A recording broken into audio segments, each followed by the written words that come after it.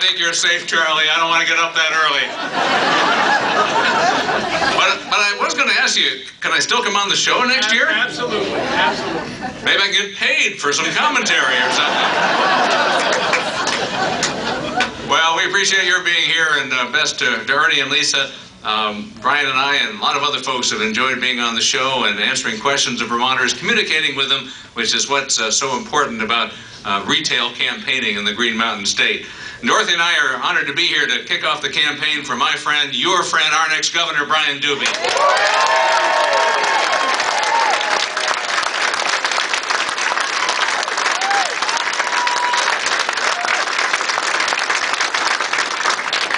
I'm thrilled to see so much enthusiasm for Brian's campaign, although I can't say I'm surprised, because Brian connects with Vermonters. He goes all across this state, as Charlie indicated, talking with people, learning about their hopes and dreams and priorities, and working hard in Montpelier with me and with our Republican legislators to translate those hopes into reality.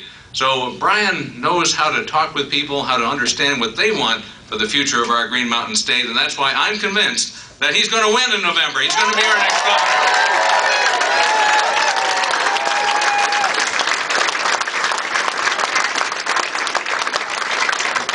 Now, Dorothy's already given Penny advice on how this works.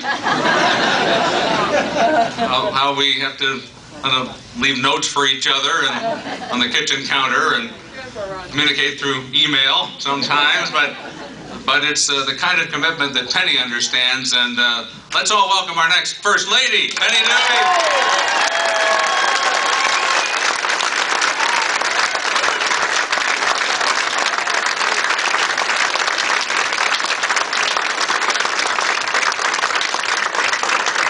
You all know Brian Dubie as Vermonters do. You know what a great leader he is. You know how he has served as chairman of the school board here in the town of Essex, 8 years as our lieutenant governor, a captain in the airlines, a colonel in the Air Force Reserve, a leader in our National Guard. It's that kind of leadership in so many different ways that's going to convince a majority of Vermonters that he should lead our state.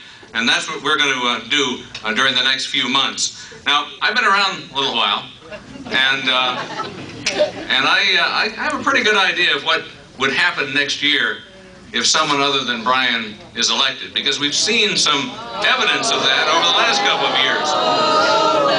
I think we understand that we would be facing efforts to raise taxes, to increase government spending, and that's not a formula for economic success. That's not how we get to prosperity for the people of Vermont.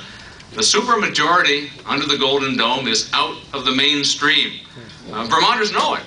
Last year, when they overrode my veto and imposed $21 million in higher taxes, Vermonters told them they were wrong.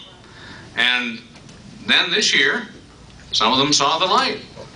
And they worked with us to actually reduce some taxes on capital gains and estate taxes in Vermont. We're one of the few states that actually reduced taxes. But it wasn't easy because they kept trying to raise them. They tried to raise taxes on manufacturers and farmers and job creators. In fact, they proposed 8 different tax increases during the last legislative session. And Brian and I had to keep fighting them back. But we did. And we're getting some recognition now across the country as one of the few states that actually rolled taxes back.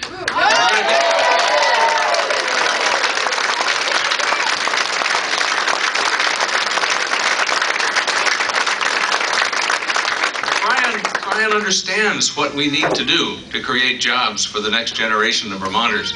He understands what we need to do to get on the path to prosperity.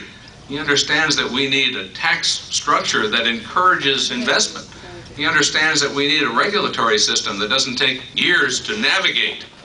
He understands that Vermonters are being crushed by a property tax burden that requires relief. He understands that we need to have an education system that doesn't preserve a bureaucracy, but is about educating our kids. That's what we need in